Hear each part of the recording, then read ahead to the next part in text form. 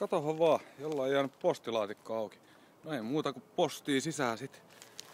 Tostahan sitä menee. Sillä lailla. Tarvisko se? Pura huolesi, meidän automme. Kipu. Silloin ainakin sunnuntaisi aika monesti kipu aamulla. No, uusi mäkki. Tosta voi ostaa. Noin.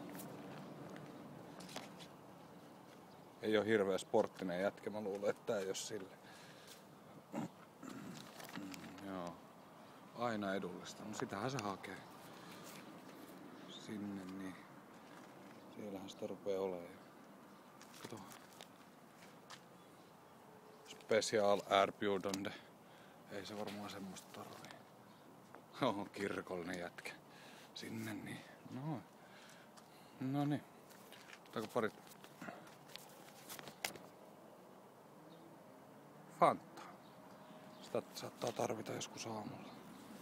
Noin. Honkkarista. Ei se varmaan semmoista tarvii. Joo. Mikähän se ollut siinä? Tässä meni. No siellä sitä tavaraa.